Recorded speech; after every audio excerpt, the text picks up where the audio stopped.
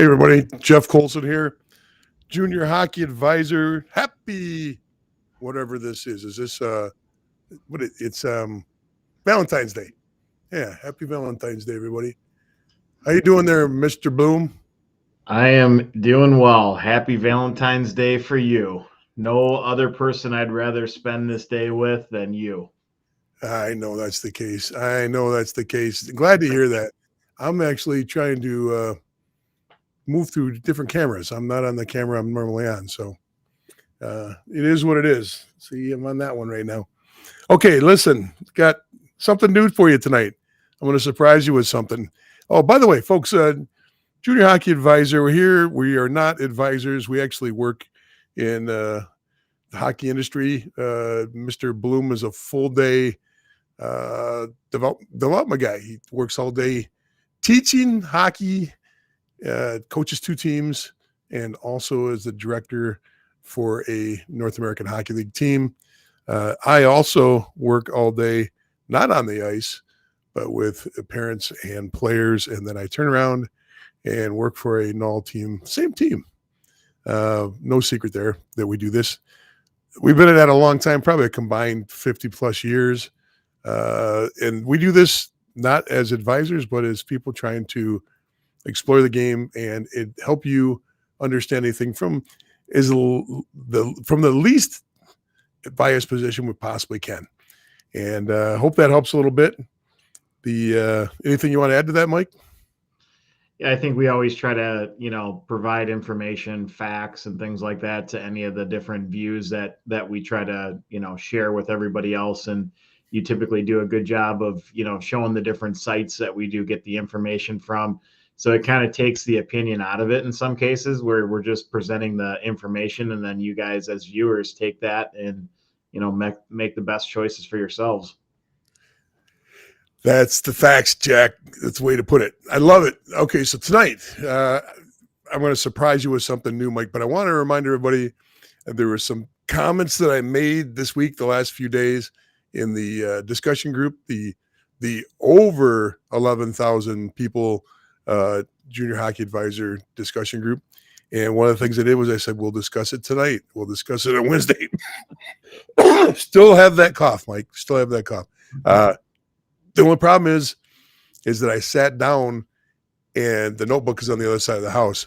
So if you're on and you want to discuss the topic that we talked about, just jump into the chat and just give me a verbal or a written reminder in the chat room, and I'll be glad to get back on track there. But I'm not getting up while we're on the air here.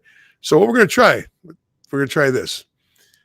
What's really popular these days with those kids is reaction videos. So what I thought we'd do, Mike, is I thought we'd pull up another hockey video of somebody, spitting their hockey knowledge, and let's do a reaction video. You and I will watch it, and we'll react to it. Does that sound fun? Yeah, I've never done that before, so hopefully, I got enough good information off this video to share. All right, well, we'll give it a shot here. We're going to do that in a second. Hello to everybody coming on. Glad to see you. As the audience grows here at the beginning. The other thing, too, is we're watching all the comments coming in. Dave Kennedy's on tonight. I see him. Hey, Dave, how you doing? And Kelly's, I haven't seen Kelly in years. Maybe that's not true, but I haven't seen you in a long time. And they're good to see you on, too. Feel free to put comments up, folks. Feel free to say hi.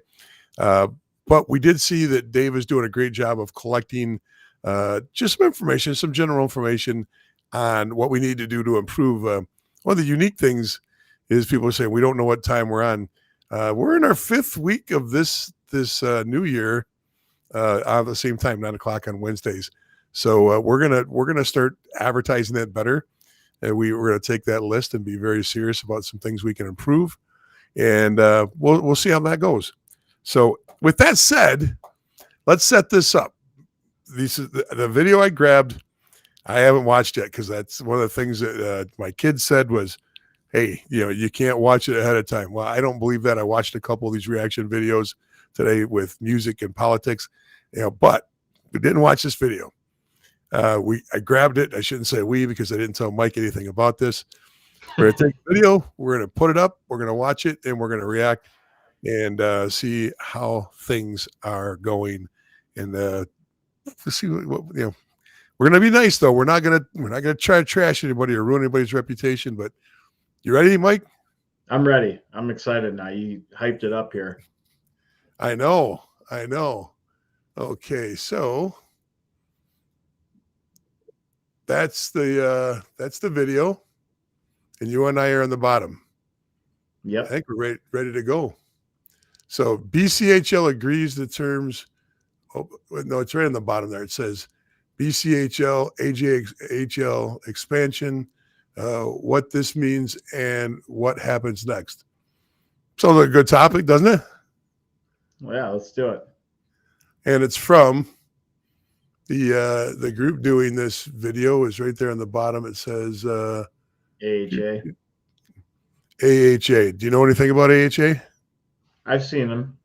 Okay, that's one step ahead of me. So okay, ready to roll?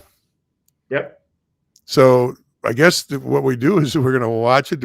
I think we have to stop and chat about it as we go along, right? Yeah, I think that's kind of how those reaction videos go. Yeah. All right. I'm ready to react, man. You know what? I'm gonna hit it. Let's see it. Well, we're not advertising for Dr. Pepper, but I have a Dr. Pepper I'm going to drink while we're doing this.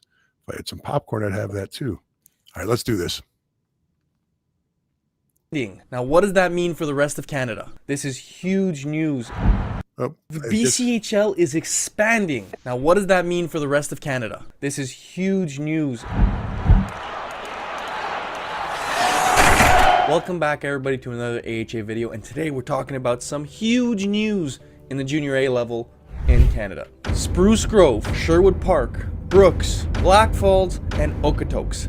5 of the top AJHL programs will be joining the BCHL next season. That is huge, huge news. Both pros and cons. Now, that means that the BCHL is becoming more and more competitive year after year. They are trying to chase the USHL. They are whoa.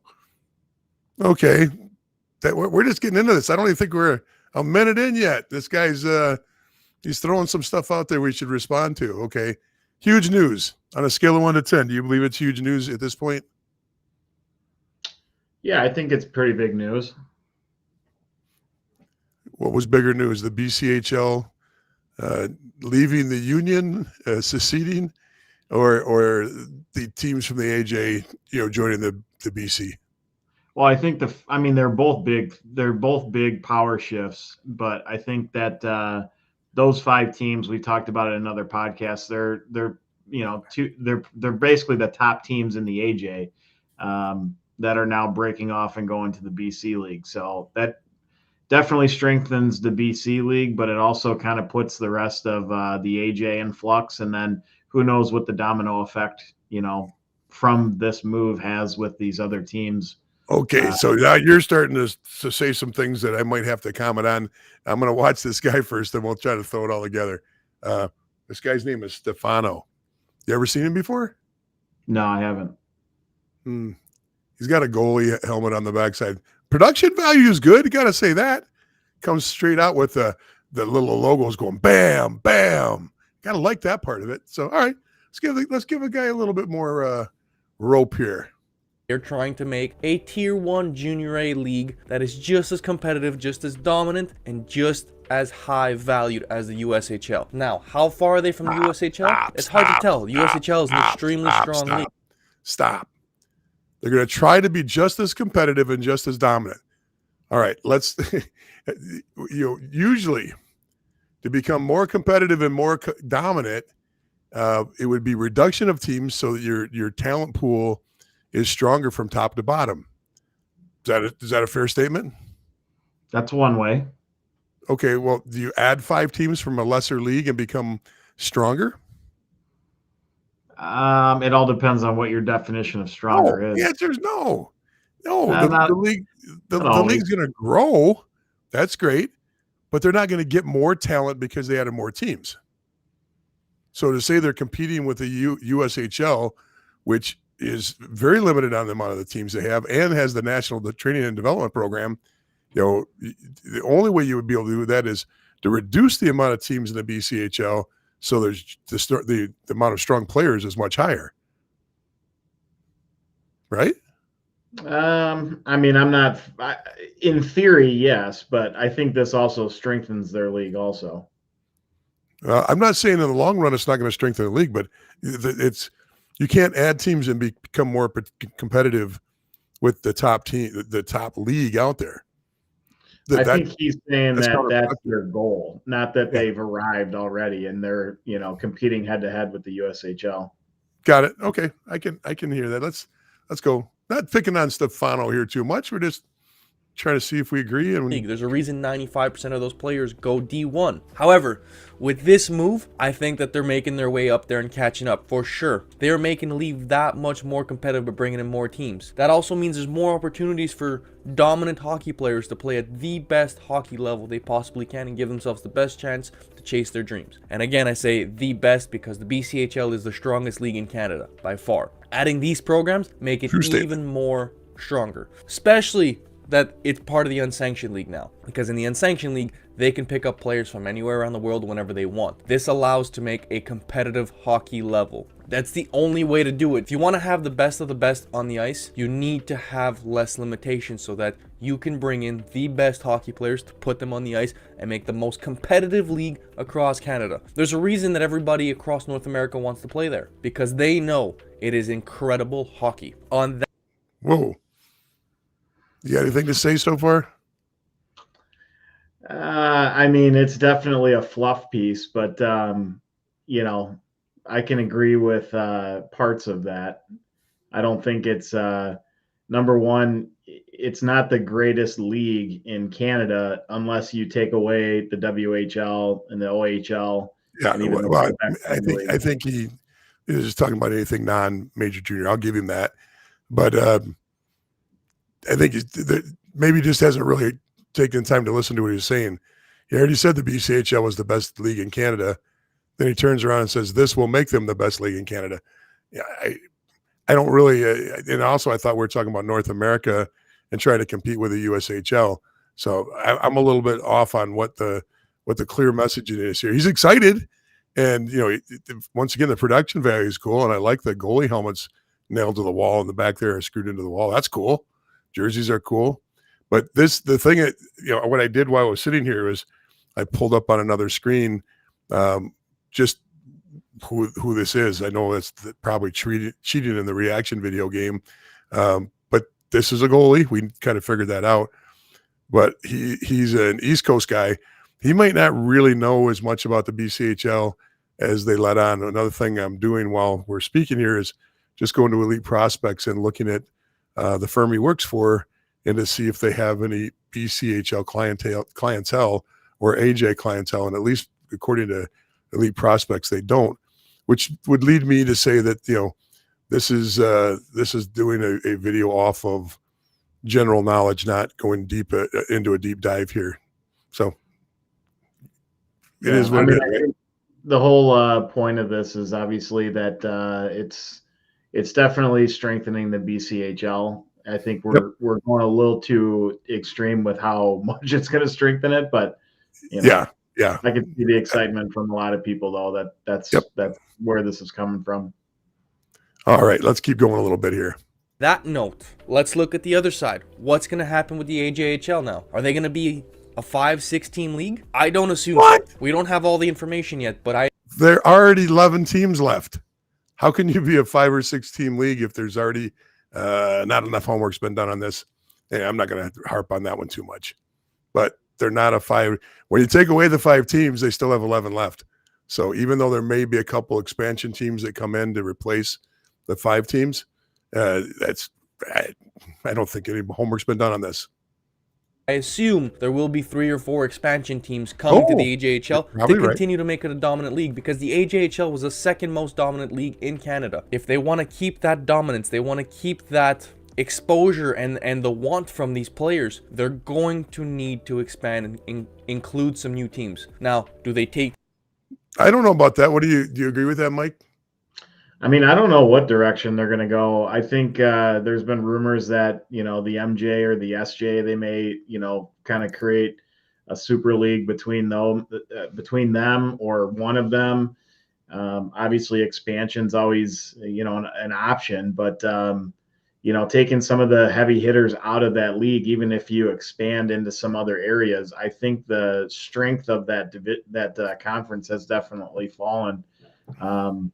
So grabbing a couple of the top teams like the MJ, could help reinforce, the league again. So honestly, I don't know what they're going to do. And my point that I said originally was just, it's huge news because it's really shaken up Hockey Canada, and it's shaken up the junior leagues out there with these 5 teams moving over.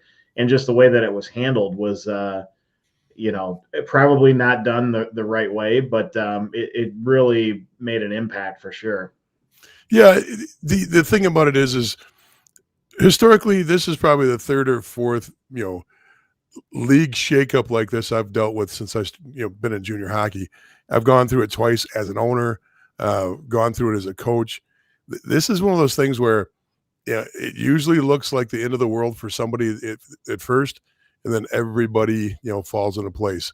When the USPHL formed from the EJ and the Empire, those were the 2 leagues on the East Coast that were made up the hierarchy, and they worked together.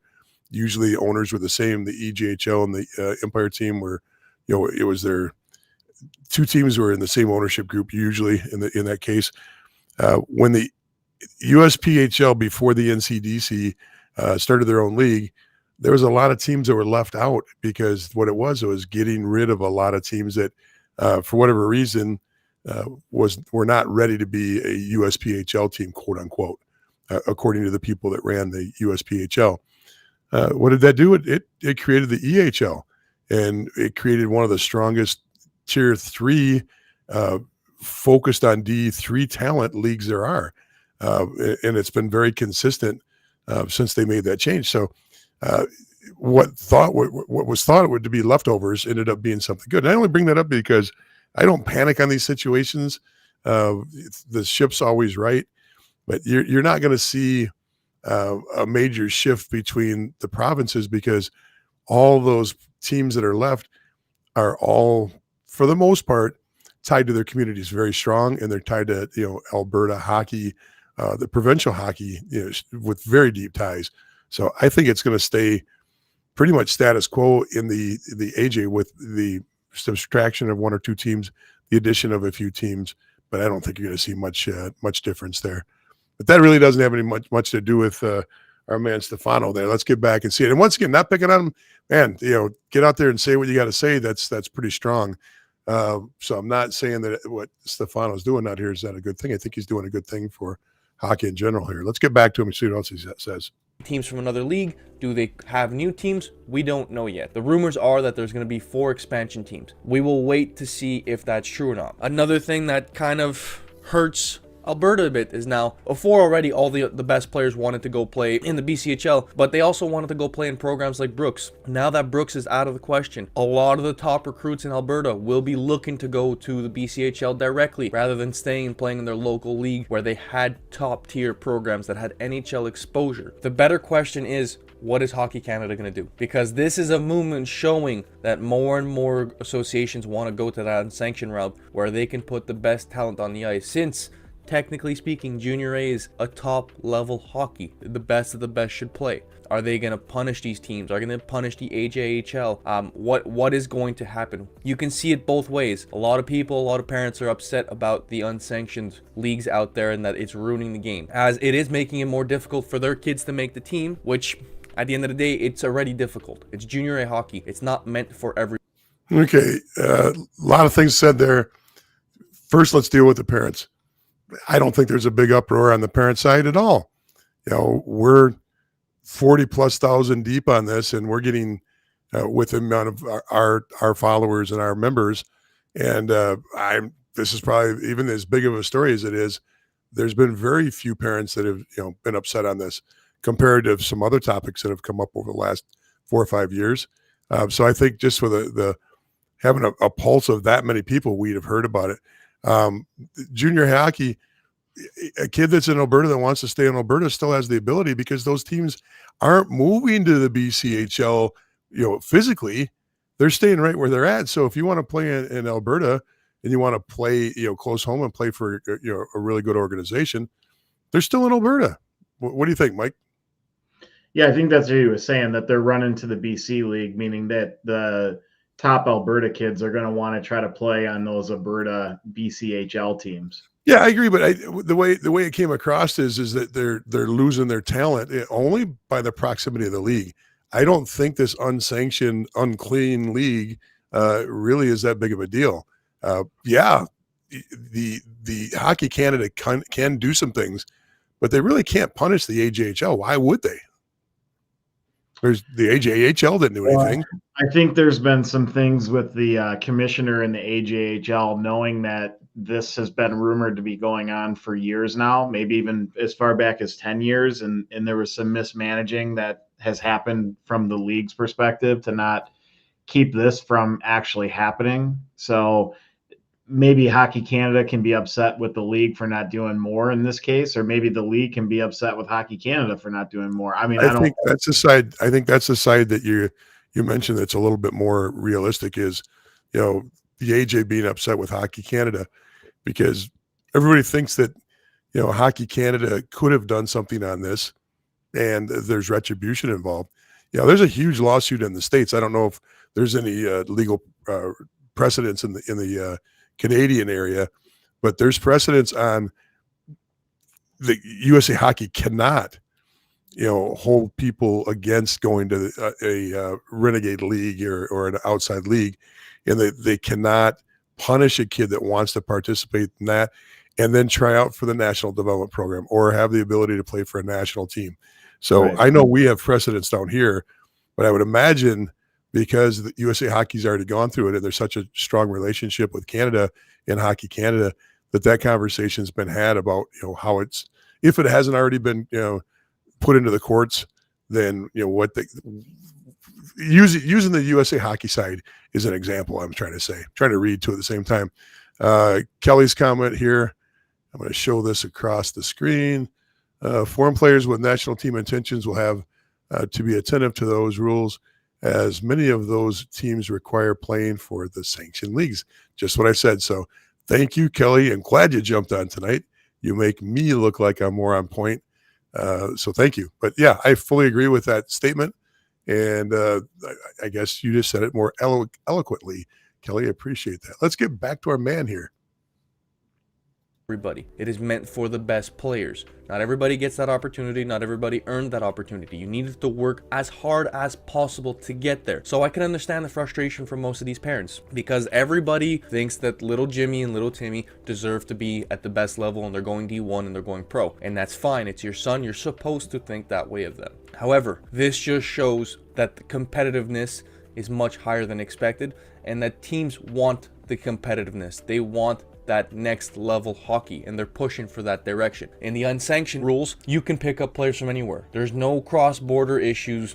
If a player is cut or released, he can leave. If a player is not happy, he can pick up and leave. The pro of this is players will earn opportunities. If you're playing in the OJHL and you're dominating, you can get picked up at any point by a stronger program and go earn more ice times and play versus the better level players. Whereas before with sanctioned hockey, your coach could have made sure you go nowhere, ask a ridiculous amount for you and not trade you, not release you. And then on the other side of it, the reason I think these unsanctioned leagues kind of started coming up is because there's so many coaches out there that will blacklist players. Now, what that means is if they have a bad relationship with them or if they don't want to play versus them, they will hide them. 16-year-old gets into the OJHL, you know he's going to be a top-tier player, but you don't want to lose him to the BCHL. You give him fourth line minutes, 3-4 minutes a game. He can't produce, he can't look good. You'll know for sure you'll have him a second year. Okay. I don't agree with this statement at all. First of all, yes, there's coaches out there, old school coaches, that retribution is part of it. We all know that. And there's teams that have that reputation, but vast majorities of coaches do it the right way. If a kid's not happy and it wants to be traded, you're not going to blacklist a kid and put him down your roster. What do? You get rid of him. And the AJ has probably got the reputation of better than anybody of just, okay, you're not happy, boom, let's trade, which is pretty much the junior way across the board. Do you agree with that, Mike? Yeah, but I think where it comes into play, and I don't agree with his statement necessarily, but with your statement, sometimes they'll trade you to the worst team in the league. You may get traded and Absolutely. moved, but it may not be to a place you're going to continue your development or be in a great spot either. But remember, coaches are trying to win. Oh, I If know. coaches are trying to win, they're not going to, they're not walking around with black coats and little black hats on, going, how can I screw with my roster? Because that makes a cancer in the locker room. And if there's a cancer in the locker room because of the, you trying to, puppeteer everything, what does that do? You don't gain anything as a coach. You don't have a good locker room. Then you don't have any camaraderie. You don't have any team building because you're going to divide the locker room because good players want to play with good players. And if there's a great player that's sitting in the bench because the coach wants to, screw with his career, I'm not saying it hasn't happened. It just, that's not the norm anymore. Or if Yeah. ever it was the norm. Yeah, there might be a couple examples of that even still, but it's not like it's happening for multiple kids on all the teams and it's like this widespread problem or anything. And I don't want to hear it if it's still happening to say that's the norm. Right. That's a bias that doesn't make any sense. It's illogical to say, to be able to point to one and say, oh, look there in the Northern Ontario Junior Hockey League. See, he just did it. Okay. It's with all the teams in the CJHL, it's going to happen somewhere. But that's not the norm. I don't buy into that. And then from there, he'll do well, help your team out. Whereas now with this unsanctioned rule, they can pick up and leave. They can go NCDC. They can go BCHL. On the flip side, I've seen coaches cut players and then because of a poor relationship, because of poor attitude, they decide, well, you're not going to play hockey. I'm not releasing you. I'm not letting go of your rights. I'm not going to trade you. So you're going to be in the stands for me every game or you're going to go to my junior B team. I think that's the reason these unsanctioned began. But now... No. Did he change his voice there? What happened? Yeah, well, that's good production, man. I don't mind that at all. I think he's just got a filter on to make his voice sound like that, or he just slow it down. That's he's doing rapper kind of stuff, man. He's taking this to another level. I don't mind that at all. I think that's cool. Good job for you on that, Stefano. That's a cool little move there. But what you're spitting doesn't make any sense. Okay, first of all, you can't compare the NCDC that has 10 new commits a year. And if you don't believe me, you can go and look that up yourself on College Hockey Inc. to the BCHL, which is always competing for 2 or 3 with the NAL, on the percentage of players that go into the league. Right now, the percentage of players that go in the league into NCAA Division I hockey, the BCHL is a better percentage per team. The NAL has an overall higher number at the end of the year because the NAL has 32 teams. When you're twice as big, you're going to have more commitments. So, and they fight that number back and forth on the amount of commitments that go in every year. So I think his point though is just the movement, and since the NCDC is independent, there's no restrictions on whether a player can move, just like now with the BC. I fully agree, but that you can lose that in the weeds when people go, huh? You're comparing the BCHL to the NCDC, so or putting them on the same level. That was my point. I don't know if you can put it on the same level. Okay, Candace says unsanctioned BCHL went this route because of Hockey Canada, and is a good thing for hockey in BC and in Canada. No arguments there. No arguments at all. That's been a fight that's been going on for years. And owners, general manager of these teams, this has been something that they just haven't liked the handcuffs that Hockey Canada have put on them. So good statement, Candace. Candy, I'm sorry. Nobody's arguing that statement. All right, let's get back to our boy Stefano. Keep going there. I want to see some of the other highlighted tricks he's got here with this production. As you can see, more and more of the top programs in the country are going to the unsanctioned route. Does that mean all the other leagues are going to start to follow that direction so that they get the same freedoms as these top leagues and they can go get players, right? Because it's hard to compete versus the top league that already they're the best league and everybody wants to play there. But now they're unsanctioned, so they can scoop up and steal your players at any point. Any point. So does that mean you become unsanctioned so that you can take that risk and just go get the players you want? Who knows? Hey, he's got a good point there. Nobody saw the USPHL expanded at the tier 3 level the way they did. They started picking up leagues and They picked up the Michigan leagues and the Minnesota leagues and the Western States leagues. They started combining these leagues, and I mean, they created the first coast to coast tier 3 league. Nobody expected that, no, to the level they're at. I mean, I don't know what their number of tier 3 teams are right now. I can look that up, but it's expansive, and they're the largest league, junior league in the world, and they're not sanctioned by USA Hockey. So he's got a valid point there. That's extremely strong. Just gonna not when you're a little tiny postage stamp on the bottom of a screen. I thought you were putting your video back on. Nodding in agreement doesn't help the audience know where you stand on things. Who knows? This is huge news in the junior A level. Absolutely tremendous. It does open your eyes to seeing what'll come in the near future. What is the next step for everybody? What is the skepticism? I guarantee you there's a lot of coaches that are taking a step back and thinking, maybe we should do this too. Maybe everybody should go the unsanctioned route and just have the most competitive hockey leagues. or it goes the other way and coaches are like, We need to put an end to this. We need to make sure we don't lose our players to the unsanctioned route. at the end of the day, a player just wants to play the best possible hockey out there and get themselves to the next level. So if their better solution is going to be to play in the CCHL, they'll play there to get more minutes, to get more exposure, to get themselves to D1. If their better solution is going to play BCHL, they'll do the same thing. So I believe that teams are going to take a hard look and maybe change the mindset to see what is best for the players, what is best to keep our leagues competitive across the country, rather than having one ginormously incredible league, BCHL/AJHL now, rather than having 10 competitive leagues where anybody can play and get a chance to follow their dreams. Again, there's a lot that goes into this. A lot of mom and dads are going to be very upset by this situation. A lot of coaches will be upset by this situation. However, I do think next year's BCHL is going to be an incredible league to watch. It would not surprise me if we see many of these individuals on NHL scouting lists. We'll see what happens. I appreciate you guys so much. He was going good there, and I was agreeing with everything he said. Yeah, this is a shakeup. Yeah, there's going to be there's a lot of things that he said they were true there. However, two things. One is the coaches aren't sitting around going, "What are we going to do next?" Because coaches don't make the decision on this. Coaches might have the ability to talk to their ownership and say, here's what we need to do, but for the most part, they don't have a say in this. This is ownership and ownership decisions, and most of these teams. You look at a lot of these teams in the AJHL and the CJHL in general, these are community teams. They have boards. They're either owned by the community or they're heavily influenced by the community they're in. And so getting that wedge to go independent is a larger risk when the community says, hey, we've always been tied to Hockey Canada. We've always been tied to the provincial, organization.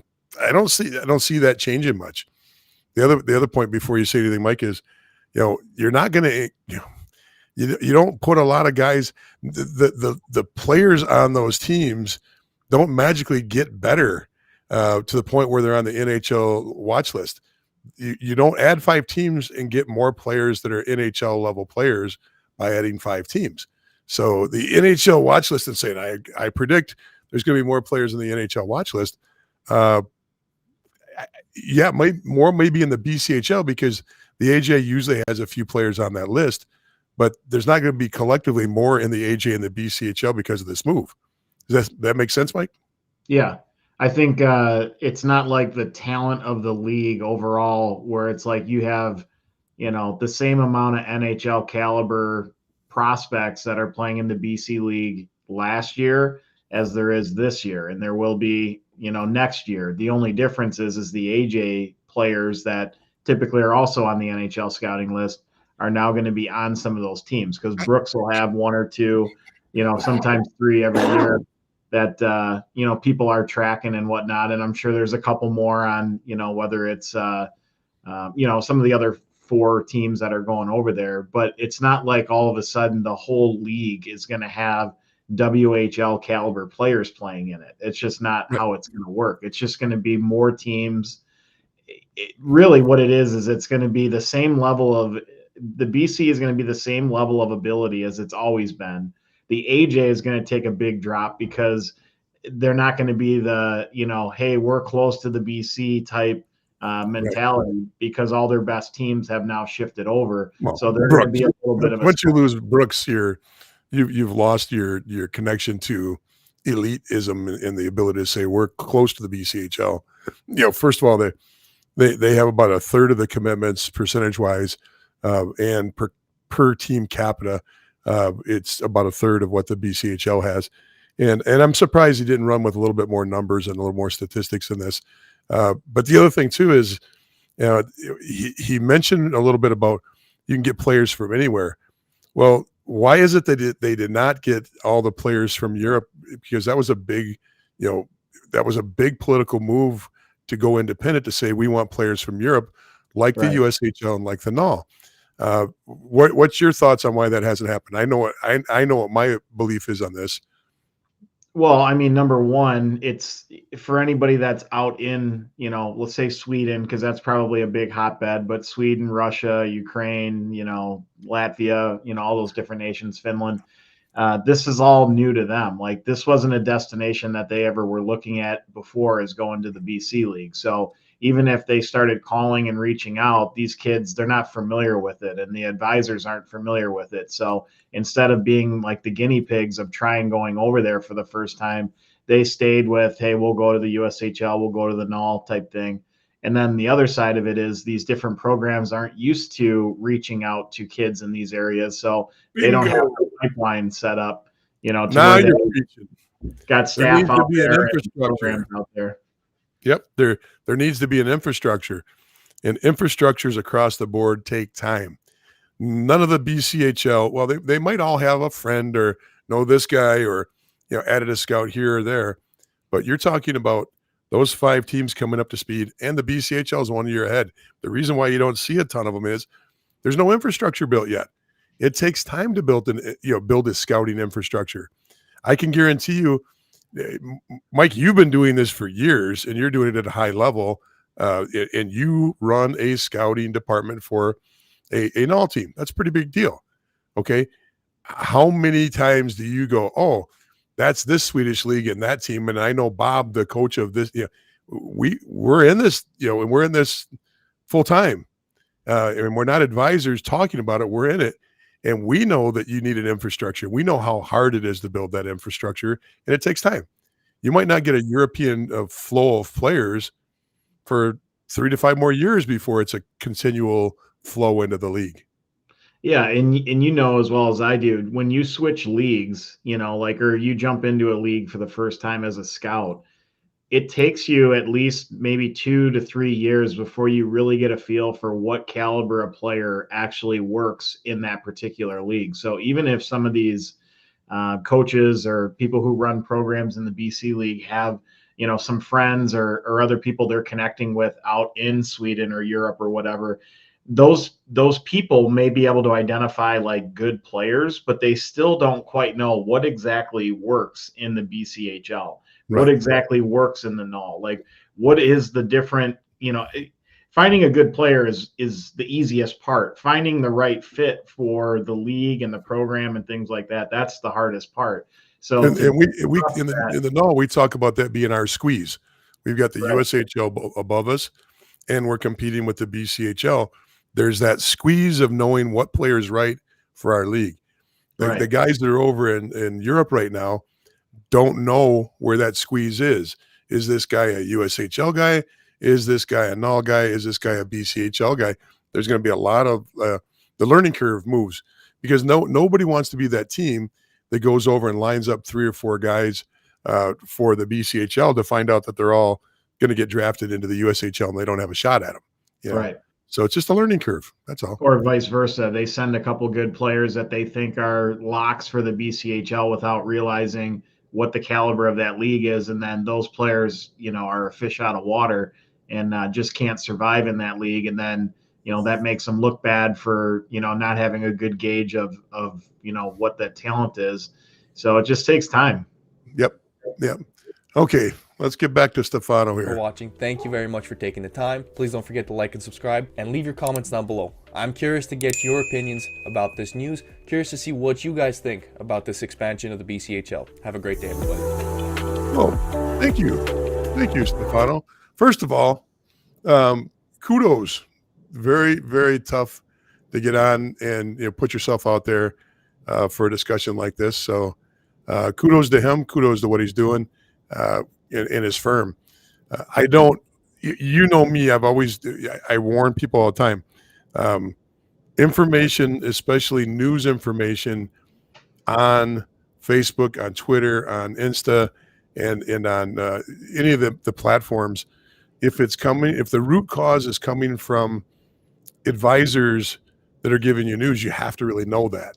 And this is one of those cases. I honestly think that this is a good piece to have out there. You didn't say anything that was crazy, and the information was fairly accurate, at a sophomoric level. And I don't say that as a knock, but there's clearly people out there like us that are way deeper into this, that understand a little more of the dynamics of this. But that's what we do. For somebody in his spot to do this, I think that's good. And I think it's good to have a video out there like that, as long as you can temper. It's the critical thought thing. Where's this coming from? There's a couple people out there that call themselves news sources that all they do is try to attract people to become clients.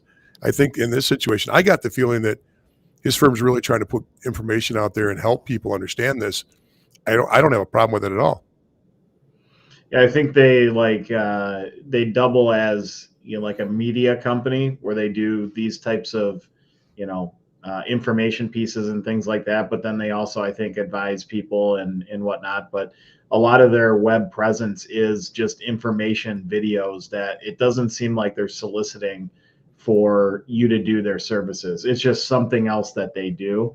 So Right. I don't have any issue with what they do. They're, I've watched their videos before, like you said in the beginning. I've heard of AHA. It's usually like when that video ended, I saw the guy with the red hair. He's normally the face of it that I've seen in other videos and whatnot. But overall, that was a good video. I think it shared at least enough information for where things are at right now.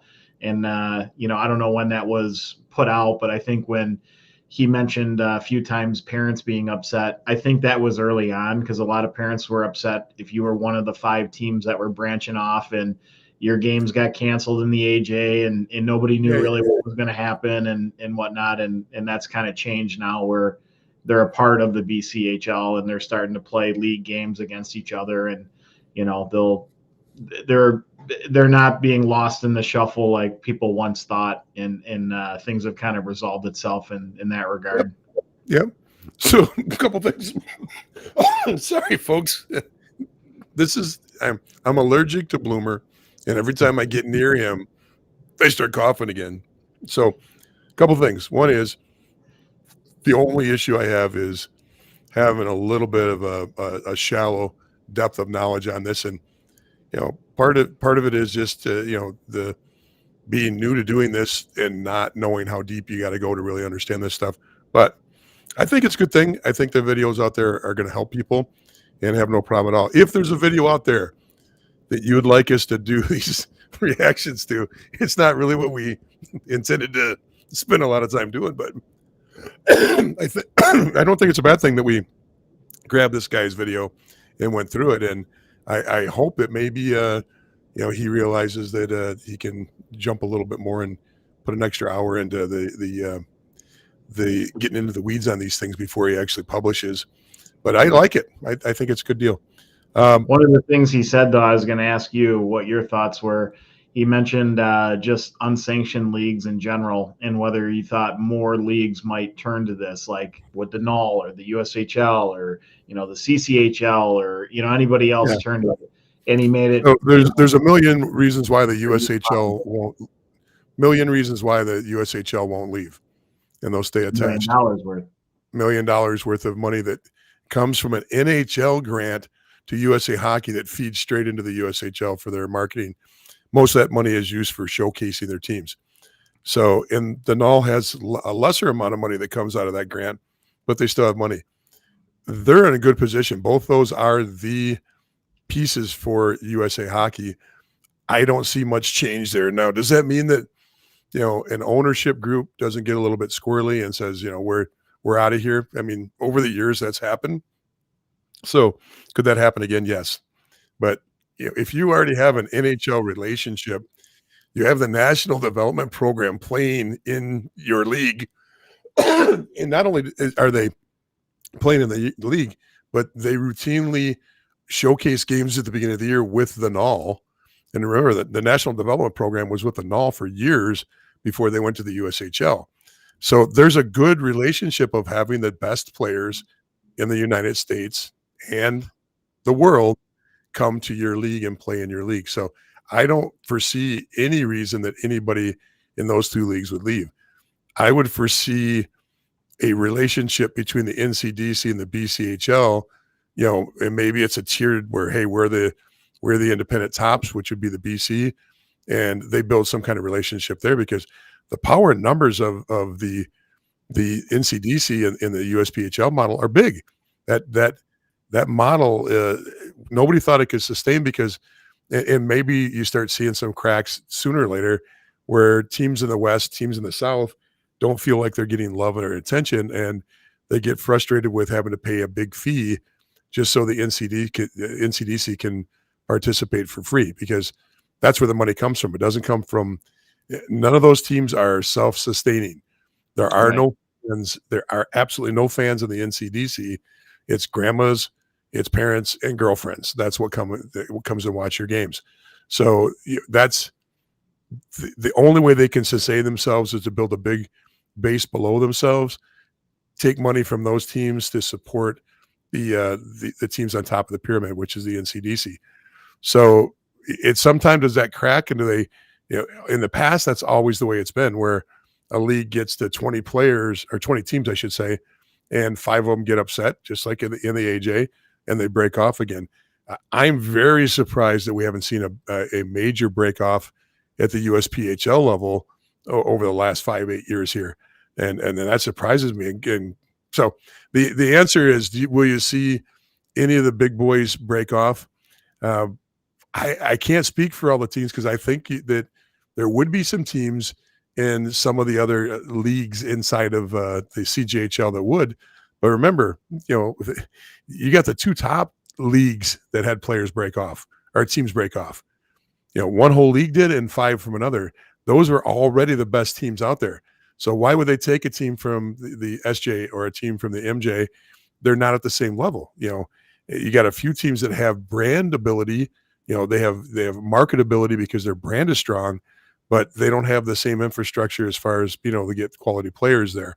Hence, you have teams in the MJ and the SJ, maybe the CC and the OJ also, that are well organized. They're well coached, but they just don't have the ability to bring in top talent. And so, I don't see a break off. And why would the BC want to have exposure into the East when they dominate already with just a Western presence in the country? So I don't know. My opinion is, you're not going to see a mass exodus from any leagues at this point. What do you think? Well, I don't like the idea of having unsanctioned leagues and teams all over the place. So I'd prefer, personally, just having that oversight, and all teams are underneath the same umbrella, and they're, when you're in an independent league, you're self-monitoring. So that means you're always going to do what's best for you, whether it's an individual team or it's a team within that league. There's no one else that you have to have overseeing what is happening. So, there's a lot of gray area there that you can play in. And I don't always think that's positive. Whereas some of the things he highlighted were the positives in those situations, with players being able to freely leave and kind of move around and things like that. Well, there's also the negatives that come with how that can be operated as well, and roster sizes and, different things like that you can kind of manipulate and play around with. So I personally don't like it, but I don't really know if other teams will be doing it, or other leagues will try to do it. But my point is, I don't like it. I think one of the reasons why they finally made the jump is, my having a little bit of insight on this, and I don't have strong relationships with all the 5 teams that left, but I do have relationships with the teams in the AJ that left, and I have some relationship with teams that stayed. And one of the things that was mentioned across the board in my conversations, because we're trying to get the AJ to come on and talk about this. We're trying to get the BC to come on and interview about this, and they both said they will, but they're not going to do it until it all calms down a little bit. They want to let it settle a little bit, and so they can have a more intelligent conversation about this. That the reason this worked was proximity and the fact that there were 5 teams. If there were only 2 teams, this probably wouldn't have worked. Maybe they would have taken Brooks by themselves, but this gives natural. It becomes its own division because they have a 5-team division, and they were able to take a whole group of teams that they could actually logistically work out a 5-team division, and it doesn't hurt anybody. It's not. It's actually a little bit of an improvement travel wise for those 5 teams because of where they're located in the province. And of course, there's going to be some travel over to the BC, and BC is going to travel over. I'm sure they're going to come up with how many games are crossover games. But as well as I do, the NAL doesn't have any crossover games. You play a showcase at the beginning of the year with 3 or 4? Is it 3 or 4 games at Blaine? 4 games. 4 games at Blaine where there's crossover with the other divisions. Then all the divisions stay in their lane. So until playoffs come around, and you got to get out of your division to go play one of 3 other teams that make it out when you get to Blaine. So, yeah, in my opinion on this, this is kind of the perfect storm for the exodus because of where they're located geographically. You can't take a team from the Ontario area and add them to the BCHL. Nobody's going to want to travel that much. It just doesn't make sense. You'd have to have 5 teams leave the Ontario Hockey League, Junior Hockey League, OJHL, or the CCHL, or a combination of 5 or 6 from both those leagues. So I just don't see it happening. Yeah. So the other point you made when you were talking about the USPHL and the NCDC and how the USPHL and the youth programs kind of, provide the tuition-free services in the NCDC. They don't kind of do, they do. Well, I'm saying that they do. But so how does the BCHL provide tuition-free hockey? What's propping them up financially? Fan base and community support. So, you put 1,000 people in the stands at a much lower, you're talking about lower ice costs than we can even imagine. When you've got a local rink that participates at a cost price for daytime ice and the weekend game ice, and you put 1,000 people in the stands, or even 400 or 500 people that are paying customers, makes it sustainable. When we had a EJ team, and then what is now the NCDC, we wanted 200 to 300 people in there to cover the cost of the ice for that night. Because remember, East Coast hockey, $400 an hour at prime, and it's even higher in areas. But when you got a high ice cost, and you've got a referee expense, and you've got the accommodations that have to go along with a game night with hiring extra people and extra staff, we wanted 200 to 300 people in the stands as full payers to make sure that we covered the cost of the night. We weren't looking at covering our practice ice. We knew we had to go to other sources to make money for that, and that's when we were in the league offering a product which was tuition free. And that's one of the reasons why we made the decision to leave the league, was we could not sustain that model. And what a lot of people don't know is it's not equal. You have the owners of several teams in the NCDC and the USPHL that set the rules, and they set the rules tilted towards them making a profit on this and running it as a business. And it's not an equal distribution of money, or even an unequal distribution to help the teams that are further out logistically from the middle. So if I'm geographically setting 6 hours away from the hub of teams in the league, they don't give you extra money. They may actually give you less money because they don't want to travel, and they're going to try to squeeze you out. So you look at this model in the NCDC, it's there's a lot on the backside that people don't understand. I don't think the BCHL has that issue. I think the BCHL set this up to be more equally distributed, but they're not collecting a tax from all their teams below them, unless they've always done that with their local youth organization, and where so much money out of the pot of money locally, and I can't pick out any one of the organizations, but let's say the BCHL was in Rochester, New York, and Rochester Youth Hockey was below it, and they bring all their tuition in, and they say 5 or 8% of all that tuition goes towards supporting the junior team. Yeah, that could happen. So they have that ability to draw money. I know that does happen, but they're not taxing teams the same way they're getting taxed to be members through the NCDC and the USPHL model. Does that make sense? Yeah, I know it's not the same model. I was just curious if you had any insight on where they're able to supply, all the revenue that they're lacking from Hockey Canada now, or from the NHL filtering it down similar to USA Hockey does to the USHL and the Null and everything like that, to break off from that, and then also, be kind of that renegade league. They've got to have some sort of financial support coming from somewhere. I just don't know where, because otherwise, well, it's a sustainable model because it's already been a sustainable model.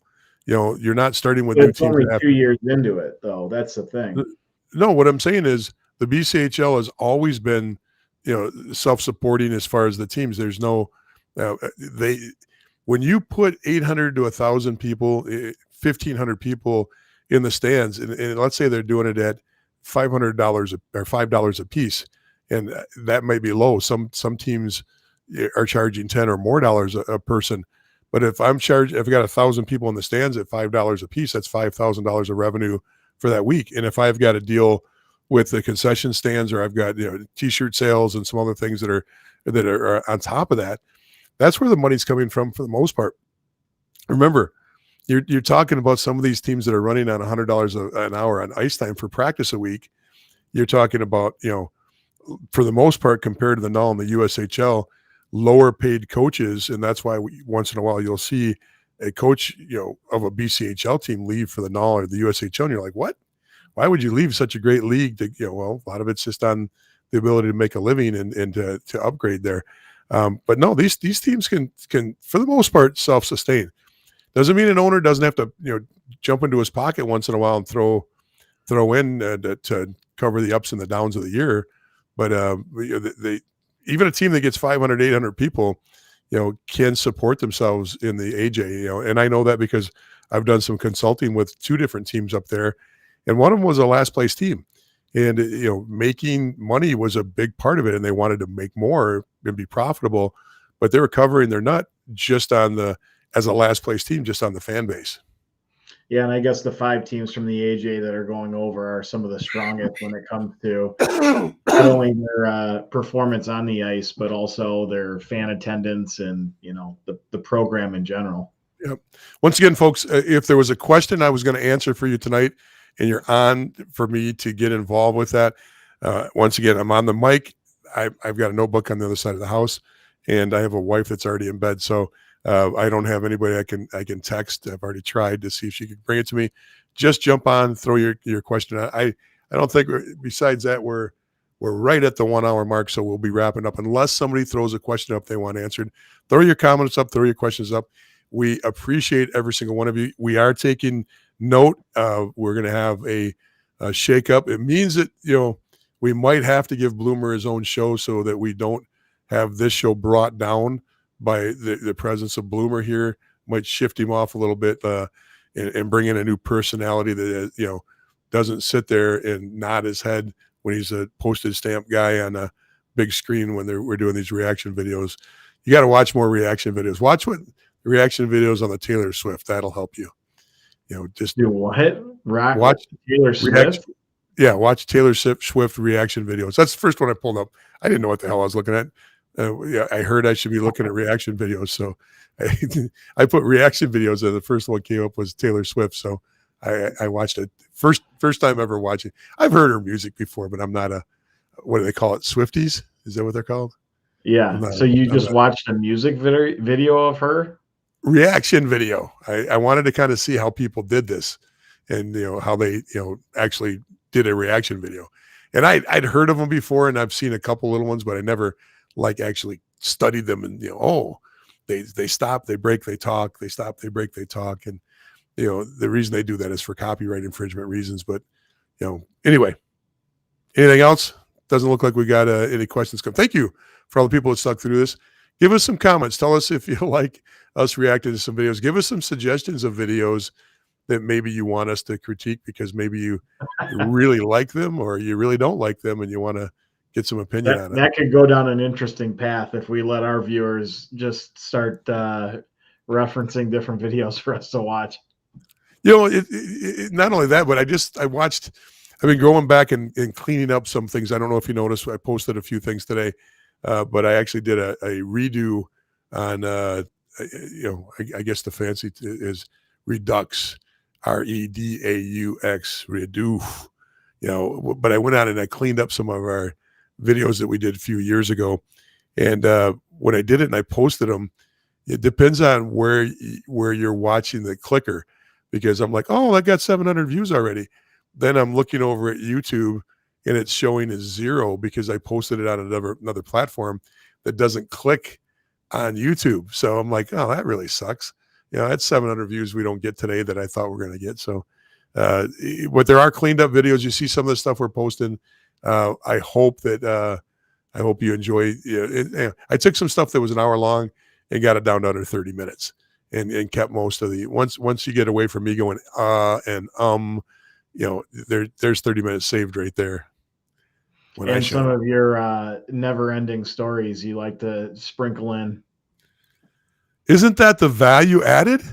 I don't know. I guess the viewers can comment on that. Feel free to, share your thoughts on those never-ending stories. Okay, we finally got a couple comments here. Here's one. Do you think this will affect the MJ-SJHL? Not really. I mean, yeah, because you're not. They didn't expand in the sense of, it's an equilibrium. There was 5 teams. There's still 5 teams. They didn't leave the rinks they were in. They didn't leave the province. So they're still going to be looking to recruit the same way they are now, and a little bit more. They might open up to more U.S. or more European players, but you're not going to immediately have 4 Europeans join your team unless you have an infrastructure you can use. But so the MJ-SJ players, the same opportunities that were there yesterday are here today. So if you have the ability to move up, the only good news is you're not restricted by the provincial rules that say a kid in Saskatchewan's got to play in Saskatchewan. You can play now in Alberta or the BC because of the independence. So, but they're going to grab those players and find a way to do that. The CJHL model, you could get traded between those leagues, and it happened all the time. But I just don't see much change coming from that. Mike, what do you think? I just don't see it. Yeah, I mean, the only change would be is that all of a sudden they took a couple of the MJ or SJ teams and moved them to the AJ for whatever reason to create like a stronger AJ. But to your point, the AJ is the one that's obviously the most affected, not only from those teams leaving their league, but the caliber of their league is no longer what it used to be. Yeah, you take away those major institutions that have been, those are over the last 4 or 5 years. The 5 teams that left are the 5 teams that produce the most Division I talent. It's Brooks and the other 4. But they still had good numbers. Even if you look right now, the numbers that those teams were producing were, quasi BCHL level Division I commitments. Percentage wise, not the same, but the level of teams and the caliber of player were pretty darn good.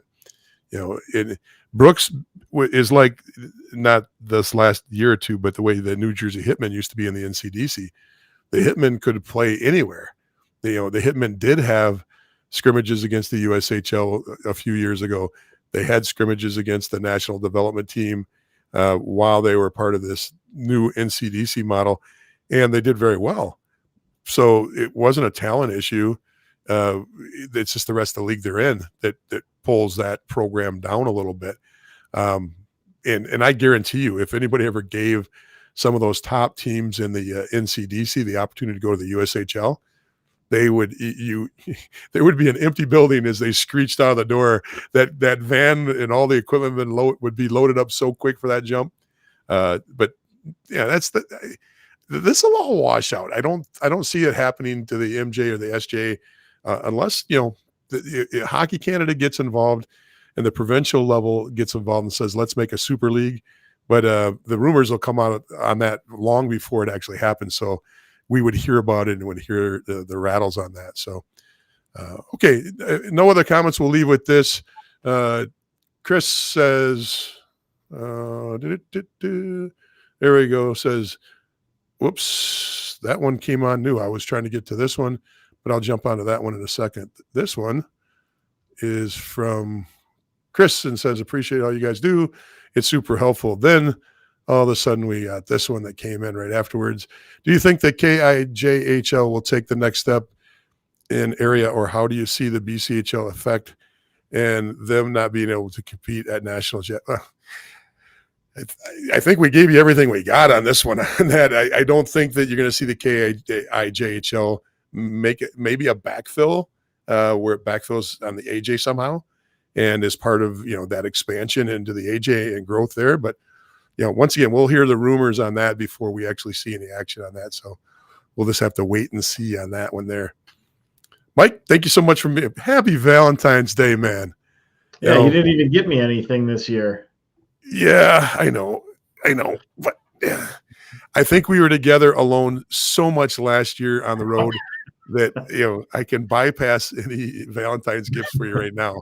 It's Planes, actually trains, and automobiles. What's that? Oh yeah. I said planes, trains, and automobiles. You still selling those shower rings?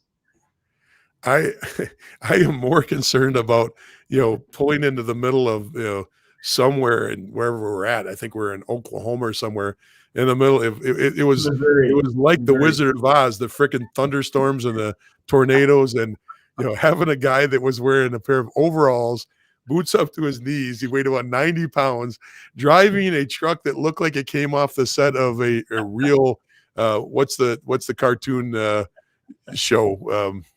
The Cars, the pickup truck and Cars.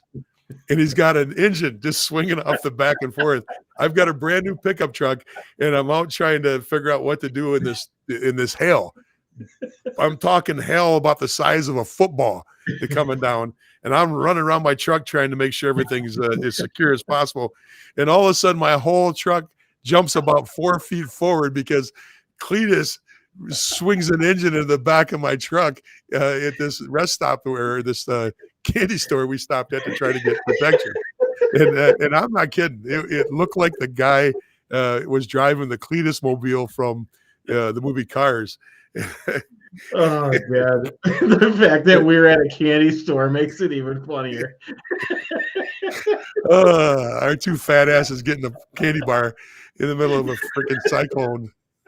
So, oh man. And the whole truck just jumping and wondering what the hell happened. You couldn't see 3 feet in front of you. So I'm out there next to the truck, and the whole truck just goes boom, it moves like 3 feet. And I'm like, what the hell? And that's a big lightning and thunderstorm that just hit this thing. And to find out that it was an engine that just happened to be swinging freely in the parking lot. A friggin' V8 just hanging off the back of this truck. Just swinging. You can't make it up. You can't. I tell you, that was so funny. All right, folks, thanks so much for joining us. Make sure you check out the new videos. If you're not part of our YouTube page that we continue to grow, please jump on and become part of our YouTube family by liking and subscribing at Junior Hockey Advisor. You can always jump on a Junior Hockey Live on YouTube too. And then also our Facebook discussion page, Junior Hockey Advisor, or our group, discussion group. Join them, have a blast. We just on the one group, just past 11. We're moving to 12 real quick, 1,000 on that. On our other group, we're sitting around 10,000. The total group now between all of them, I just added them up, and I think the number's 35,000. Because I'm all over the board. I'm like, congratulations, we're moving towards 50. I really don't follow it that close to know what our overall, this dynasty that we're building is at. But I know that we're over 35 now and complete. That's 35,000 members in all the different areas. And if you're not part of that, we'd love to have you. Happy Valentine's Day, everyone. See you guys. Thanks so much.